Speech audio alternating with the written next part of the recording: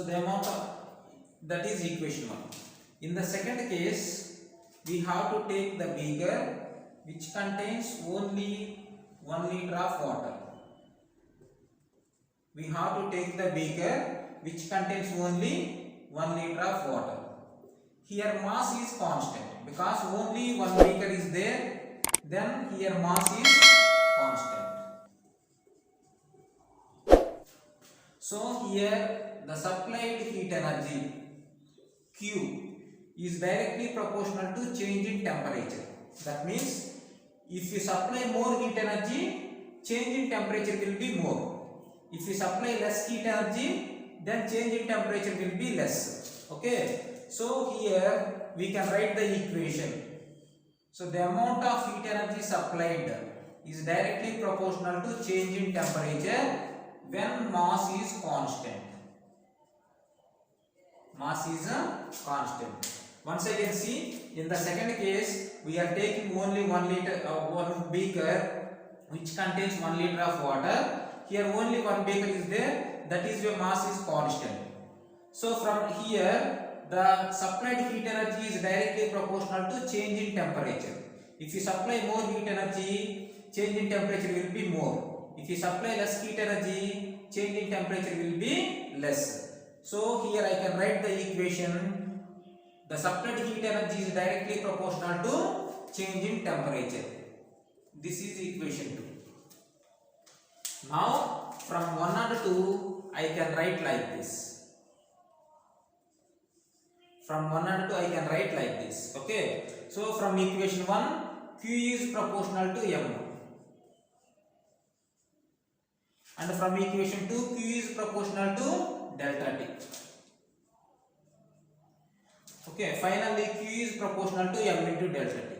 So this one I can write like this. Q is equal to M into delta T. Here I change the proportionality symbol into equal. That is why I have to take a proportionality constant S. Here S is the proportionality constant and S is also called specific heat. So specific heat S is equal to Q by, if you send these two terms this side, these will be divided by. Okay, specific heat S is equal to Q by M delta T. So this is the derivation of specific heat. Okay.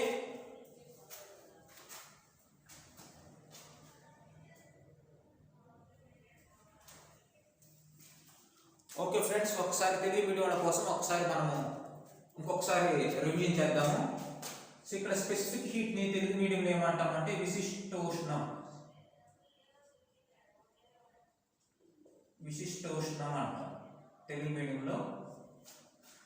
So ఈ విశిష్టోష్ణం యొక్క ఫార్ములాని రాబట్టడం కోసం మనం ఏం చేస్తామంటే 2 బీకర్లు తీసుకుంటాము. 2 బీకర్లు కూడా ఘన పరిమాణం అనేది లేదా సైజ్ అనేది సేమ్ గా ఉండాలి. సో ఒక బీకర్లో 1 లీటర్ వాటర్ తీసుకుంటాము, రెండో బీకర్లో 250 ml ఆఫ్ వాటర్ తీసుకుంటాం. అయితే 2 బీకర్లో ఉన్న వాటర్ యొక్క ఇనిషియల్ టెంపరేచర్ ని నోట్ చేస్తాము. అయితే 2 బీకర్లు కూడా వేడి చేస్తాము. ఎంతవరకు వేడి చేస్తాము అంటే 2 బీకర్లో ఉన్న వాటర్ కి టెంపరేచర్ 60 degrees వచ్చేంత వరకు వేడి చేస్తాం.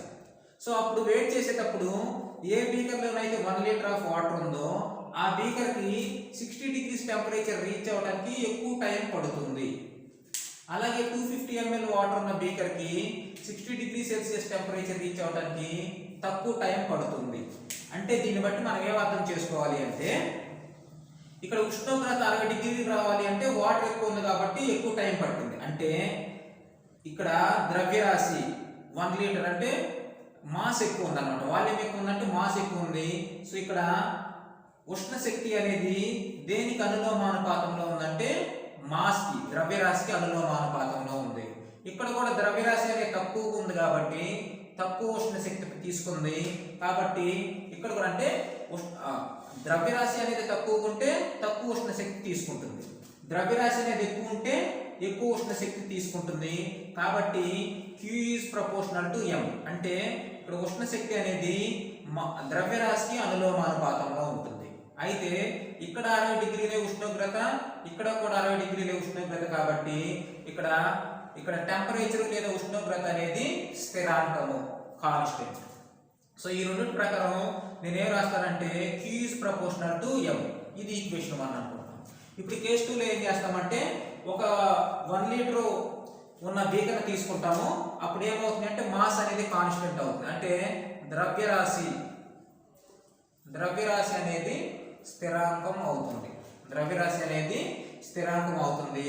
సో కాబట్టి ఇక్కడ ఏంటి అయ్యా అంటే మనం ఎక్కువ ఉష్ణ శక్తిని సప్లై చేస్తే ఉష్ణోగ్రతలో ఎక్కువ చేంజ్ ఉంటుంది. తక్కువ ఉష్ణ శక్తిని సప్లై చేస్తే ఉష్ణోగ్రతలో తక్కువ చేంజ్ ఉంటుంది. అంటే ఇక్కడ మనం సప్లై చేసే ఉష్ణ శక్తిని బట్టి ఉష్ణోగ్రతలో చేంజ్ ఉంటుంది. కాబట్టి ఇక్కడ ఉష్ణోగ్రతలో చేంజ్ అనేది ఉష్ణ శక్తికి అనులోమానుపాతంలో ఉంది. కాబట్టి దీన్ని ఏం రాస్తానంటే Q is proportional to delta T. Q is proportional to delta T. ఇక్కడ మాస్ అంటే ద్రవ్యరాశి అనేది స్థిరాంకం. ఈక్వేషన్ 1 2 నుంచి నేను ఇలా రాస్తాను. ఎలాగా Q is proportional to M delta T. అయితే ఇక్కడ ప్రపోర్షనాలిటీ సింబల్ తీసి ఈక్వల్ పెట్టాను కాబట్టి S అనే ఒక ప్రపోర్షనాలిటీ కాన్స్టెంట్ వస్తుంది. సో ఇక్కడ S అనేది ఏంటిది అంటే స్పెసిఫిక్ హీట్. సో అప్పుడు S ఏమవుతుందంటే ఈ టర్మ్ ఇటు పంపిస్తే Q by M delta T అవుతుంది. సో స్పెసిఫిక్ హీట్ డెరివేషన్ ఏంటి అంటే Q by M delta T. ఇక్కడ S అనేది specific heat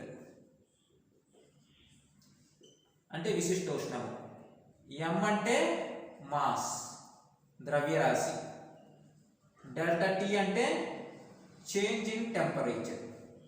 change in temperature అంటే ఉష్ణోగ్రతలో తేడా.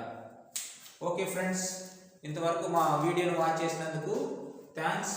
అలాగే if you like this video and if you like this class, share this one to your friends and like, share and subscribe. Thank you for watching this video.